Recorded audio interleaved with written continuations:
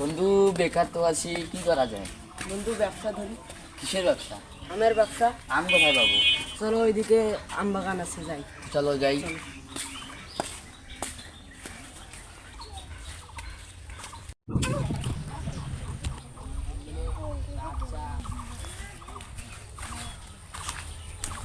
ছোট থেকে আম বাগানটা অনেক বড় করলাম, অনেকগুলো আমে আসছে।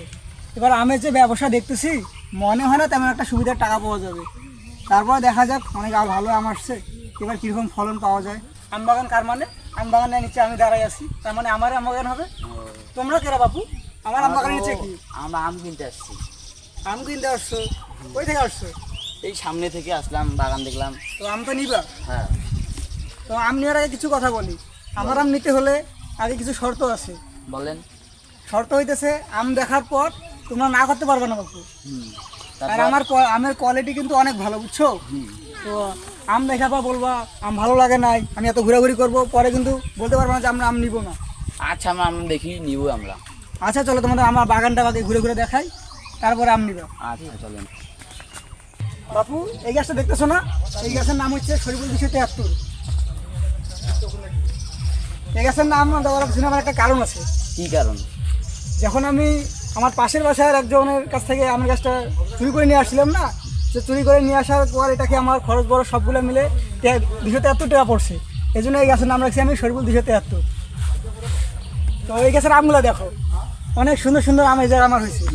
আমগুলোও বড়, খাইতেও ভালো।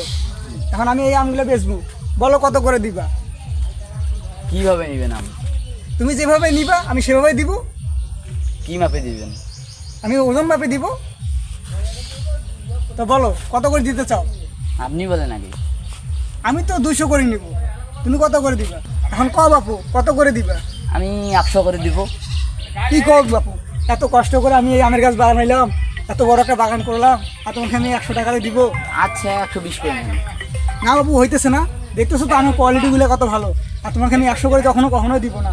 তাহলে আমি পেঁচে ফেলাবো, উত্তরে খাওয়াবো, তা আমি তোমার আম দিব না। আচ্ছা 130 করে দিলাম। না হবে না বাপু, এত আরে ভাই কিছু হবে না। শোনো, আপনারটা থাক আমারটাও থাক, 150 টাকা করে দেবো। কি বলো বাপু, 150 টাকা আম এখন পাওয়া যায়? আমার তো বাজারে যে বেশি আমের হয়ে দাম, যেতেছে। আরে ভাই বেশি হয়ে যাচ্ছে। কি বলো, বেশি হইতেছে না তো? তোমরা যাও, তোমরা যেহেতু বলছো 180 করে দিও। না 150 করে দিব, যেহেতু বলতেছে।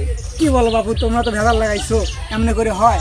আচ্ছা বাবু, তোমরা একবারে যেহেতু বলছো আমার বাগানে আসো নতুন, তো 60 করে দিয়ে দিও। আর কখন কথা বাড়াইও না, কথা বাড়াইলে সমস্যা আছে। না আমরা 155 টাকা করে দিব।